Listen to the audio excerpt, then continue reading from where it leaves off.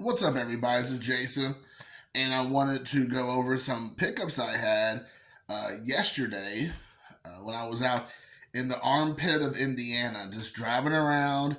There's a Chinese restaurant I like to go to. Shockingly, this little bitty town of nowhere, Indiana, and I go there and I realize that after work they're closed between 3 and 4, so they don't actually open till 4. They have like an hour break between lunch and dinner. And I was like, oh, there's a couple little flea markets, antique stores just right down the street. So before I go, I was like, well, I'm going to go check this place out because I haven't been in a while. And, it's nothing special, but, you just never know. It's a flea market, right? It's just always going to be a crapshoot. So I go there, and I thought I was going to kill 20 minutes, and then I'll head over to the Chinese restaurant. But when I get in there, I haven't been in a while, and they had about 2 or 3 booths that had a ton of 80s and 90s CDs, and a couple of booths with DVDs and Blu-rays. I found a couple of DVDs. I'll show those at the end, but the real find was the CDs. Actually, I'll show the movies first, and I'll show the CDs at the end because I was shocked. I mean, stuff I had never seen in the wild, music I completely love, but this is like literally yeehaw country part of Indiana, finding punk rock, finding alternative music, finding industrial music, finding like just I don't even want to know. I mean, metal is not going to be something you expect to find in this small town, Indiana. So I was blown away. And original releases back when it first was released, they're not reissues. They're not, compilation albums or whatever. They're the original releases from like the late 80s to the mid 90s. So I was kind of shocked. So, anyways, the 2 DVDs I picked up was some wrestling.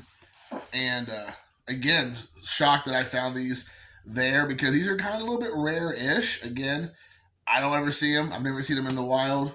And so the first one up is Monday Night War, right here. So you have Vincent Kennedy McMahon with Eric Bischoff. And this is, of course, a DVD. But the cool thing, again, it came with a booklet in here, which is kind of surprising. I got this for $2.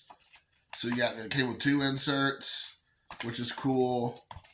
And, of course, the DVD itself. But I mean, if you all know, you know. I might talk about this. This is a kind of a really cool documentary.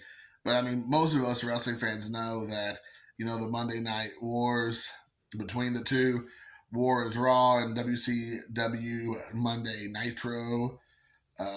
For all of us fans that were like going on in the mid to late '90s, we all know the story. I actually was more of a WCW fan at that time. I had grown up a WWF fan for years. And then they just got away from it. Even for some young, late elementary school, early middle schoolish kid, going into high school, whatnot, whatever you want to call it, it just got kind of goofy with all the different, you got Repo Man and the dumpster. I forgot what his real name was, but whatever he went by, the dumpster Drozer or something, and Earthquake and Typhoon and all this kind of stuff. It just started getting silly. So I didn't watch it in WCW. Okay, anyways, WCW was what I was watching. It felt more realistic, and I don't want to get into this. Not a review of the movie, but anyways, picked this up for $2, which was really cool. Next up was Beyond the Mat. This is a ringside special collector's edition with the body Jesse Ventura, and it has a slipcover. I'd never seen this. I didn't even know this existed. So this was a very big shock to see that it was in the same little stack of DVDs in the same old booth that the Monday Night Wars was on. And so I saw this and I'm thinking, okay, yes. Because I have a DVD of this that's right behind me. I have if you see right behind me, I have a shelf, I think right there. There's nothing, almost all of that whole shelf, including what's stacked on top, is all wrestling DVDs. And then this one here also came with an insert and the disc itself, which this was awesome to find. But I have a variation of this, but I do not have the one with Jesse the Body Ventura. And apparently Mick Foley also do commentary from legendary wrestlers. Huh. So yeah, I'm really excited to see that. Never knew this existed. To find this and that out in the wild was very cool. So I spent a whopping $4 between the two of them. So that was that. So there you go. I'm thinking about starting to do more videos where I'm just breaking down a movie, talking about the special features, talking about if it's a documentary, even if it's a movie. Then we'll start doing. I watch so many films. If you're like a legit my real life, not my YouTube life friend on Facebook, you know I post about movies all the time. I'm watching, and like on weekends like this. Today I have the day off, and so 3 day weekends. I usually can watch anywhere between 6 to 8, sometimes close to 10 movies over the weekend. So I might start doing where I'll do like maybe try to keep it under 10-minute reviews of the movies. So maybe I'll start doing that more frequently just to have some content because I don't want to be just pick up videos because even though I enjoy that and I think I have there's a following for that out there, I just don't want to be just pick up videos. So here's the creme de la creme of CDs. Each one I got these for $1. So $1 for a CD already is unbelievably cheap. And I understand most people. I understand how streaming works and all that stuff with Spotify and Amazon Music or whatever, and YouTube and all that jazz. I totally understand all that. I still have my CD player in my car. I will probably always have a CD player in my car. I just don't like the idea of streaming. I like putting CDs into a CD player. I don't know why that is. That's just probably my analog mind or whatever, but I just enjoy that. So with that being said, let's get into it. I'm not going to speak a lot about each one of them because I haven't heard some of these bands or music in 20 plus years. So I wouldn't be able to speak to a lot of it, except it's bands that I listened to when I was growing up. I was a punk rock kid. I was a skater kid in the 90s.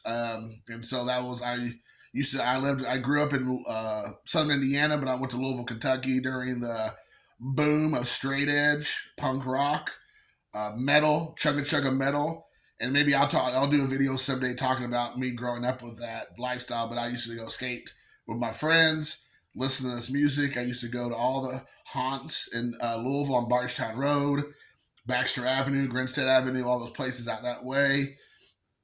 And so if you're even hearing this and you know those things, hopefully you recognize I know a little bit about some things. I'm not just a poser. Of course, I've grown up and I became an adult, and so some of these things also, I'm not necessarily, nailed to the X, as they used to say. But anyway, with that being said, let's get into it. First up is Type O Negative. This is the made for family version of the original release. It was the origin of the feces. So the original version was Peter Steele showing his inside of his butt. Let's say I want to be careful how I say things because who knows. So the case is broke. So you have the disc there, but of course you have the artwork. But I was shocked to find this. There's the back of the CD. Some of the songs are probably inappropriate, so I won't focus too much on that. But again, this is the origin of Feces by Type O Negative. I don't believe this is the first release of their film, their first release of their music. I think of course, I know the original cover of Peter Steele's butt was the first one, but I don't know if this was the very first album they had. I'm always leery to get too deep in the weeds without doing some proper research because my limited knowledge will be exposed, and so I don't want to get too deep because, like I said, I'm going off just my memory from back in the 90s when I was heavily into this stuff and haven't thought about it much since then.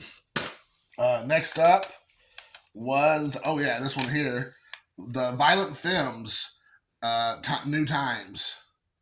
So here you have this one.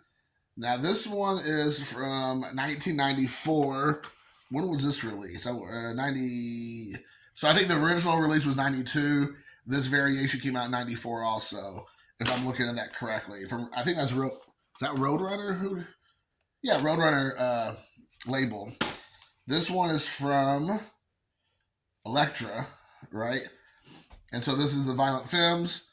I think it's called New Times. I don't think it's Times New. I think it's New Times. But again, yeah. Oh, it is New Times. So now I got myself confused. But there is the inside with the artwork, which is great. All the discs were clean, which is great also. And this, I don't believe, was an album that did that well when it was released. I could be wrong, but I don't honestly remember this album at all, so I'm not even going to speak a lot about it. You can tell whenever they're notched out like this, if I remember correctly, I used to have a couple of friends who owned record stores in Louisville and in Southern Indiana, actually.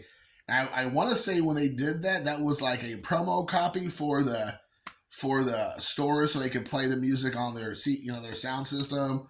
They did something with that notch to where they wouldn't be able to resell it, I believe.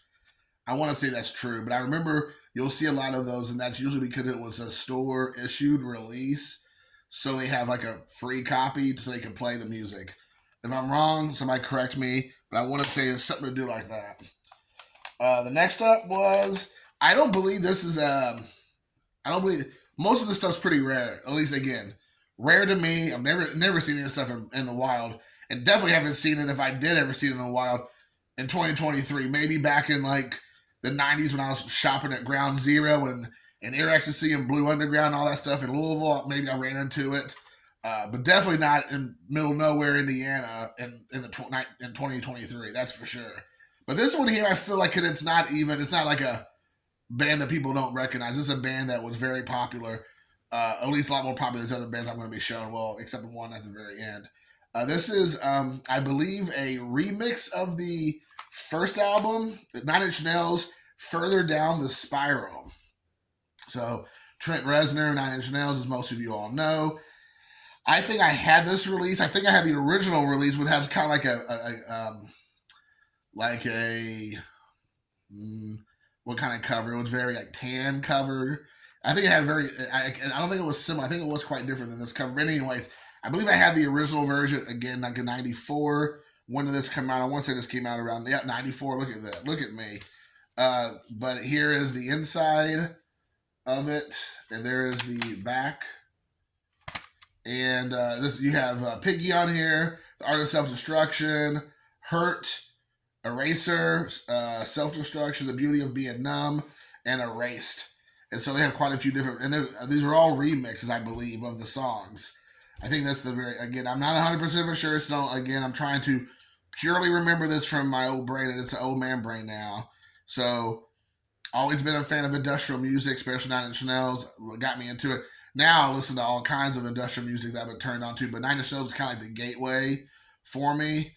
Of course, I don't always line up with a lot of these bands I'm going to be showing. Nine Inch Nails and the next one I'm probably going to show next are very different for me from politics and social issues and all that stuff, but the music still speaks to me. I still resonate. It still connects to me in a lot of ways, so I do enjoy it.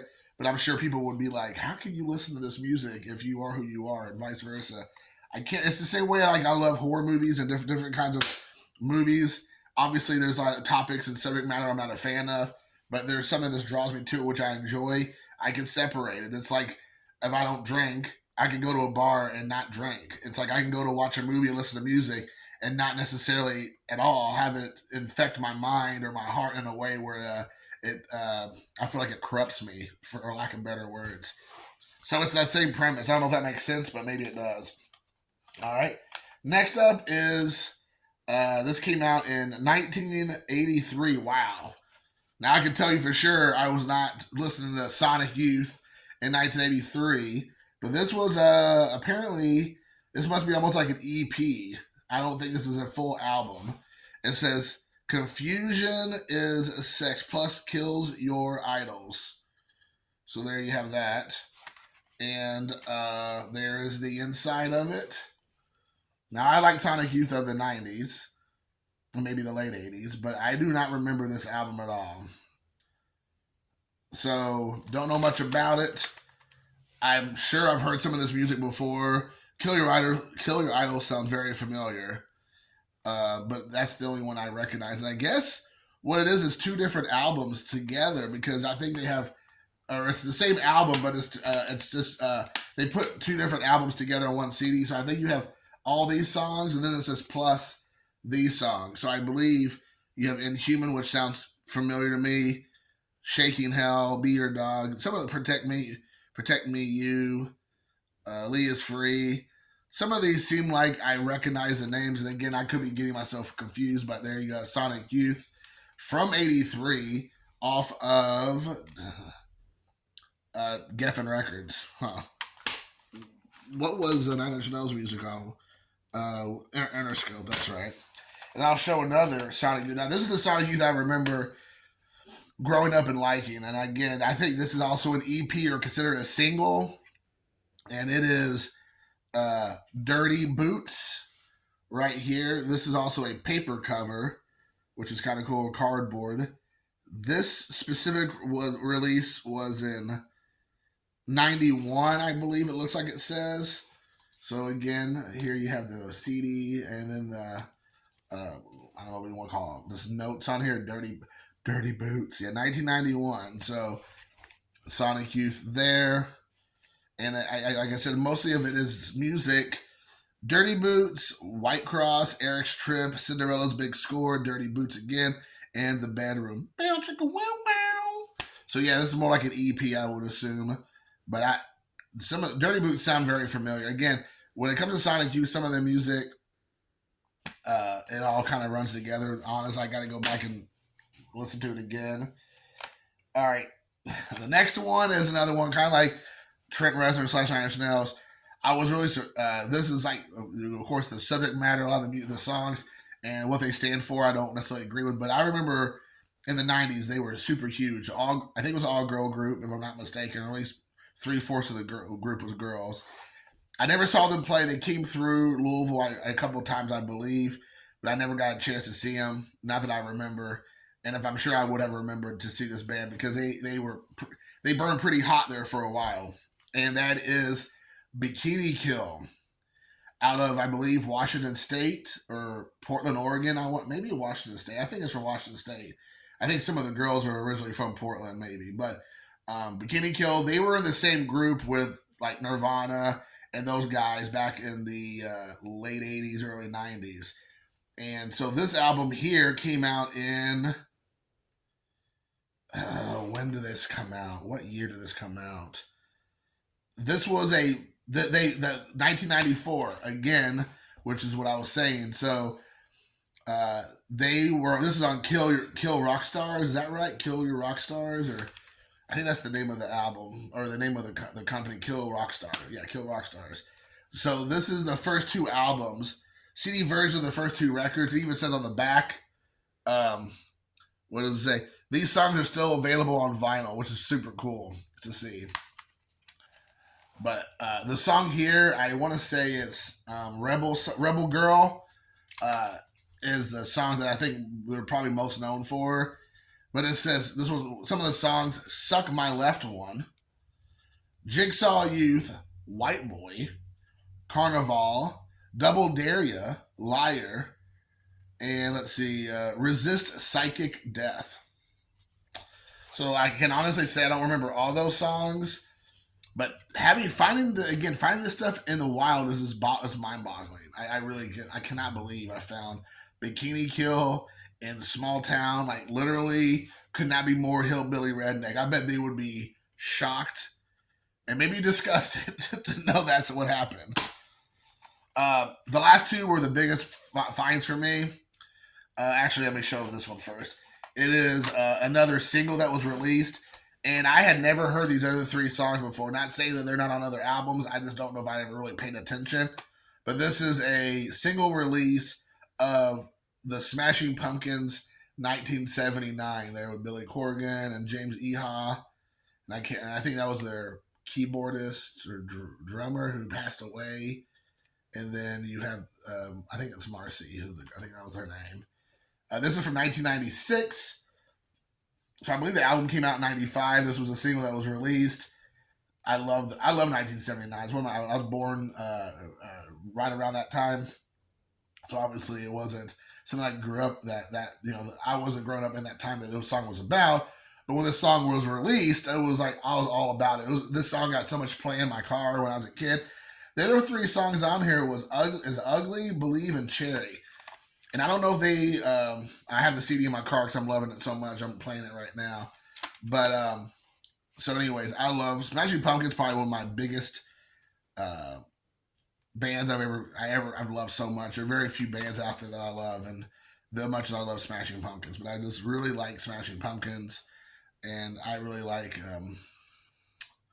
uh, William Corgan.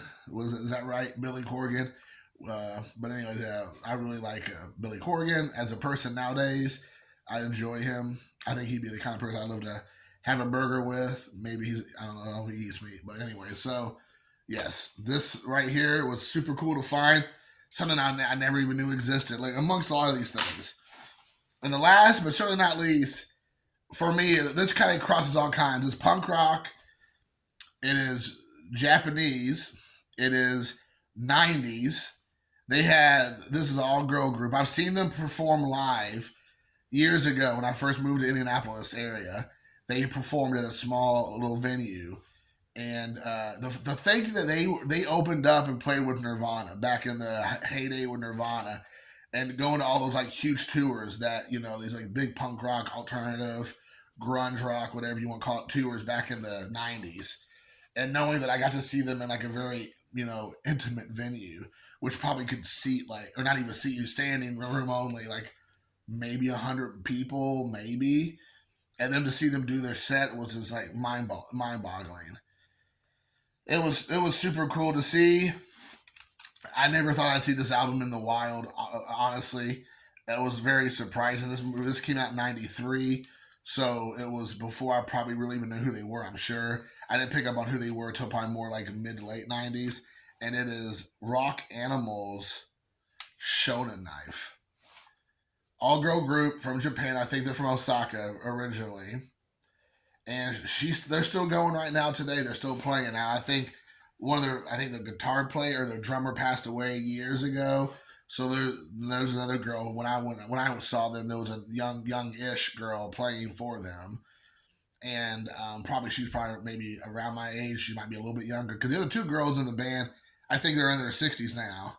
The two main girls. I want to say Naoko, right? I think that's one of them, and I can't remember the other girl's name. But anyway, uh, seeing Shonen Knife CD from 1993, small town Indiana, my mind was blown. So there you go. All these were $1. So I spent a total with tax, I think $13 on like 8 CDs and 2 DVDs. And if you like punk rock, you like industrial music, you like metal, you like alternative grunge rock, whatever.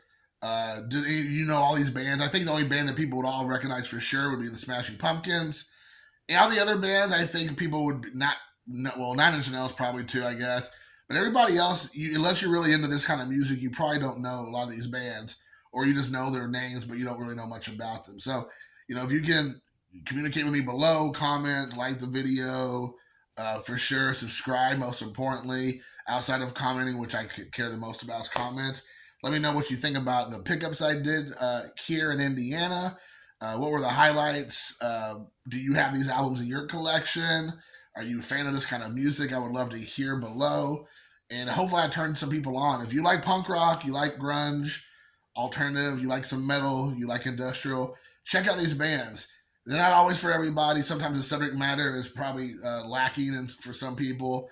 But if you like that kind of music, I would love to hear your thoughts. And if I've turned you on to some of the music, you go and pull up the music on YouTube today. Let me know what you think. Tell me what your thoughts are about it. I would love to hear it. So until next time, guys, I appreciate you for watching. Peace.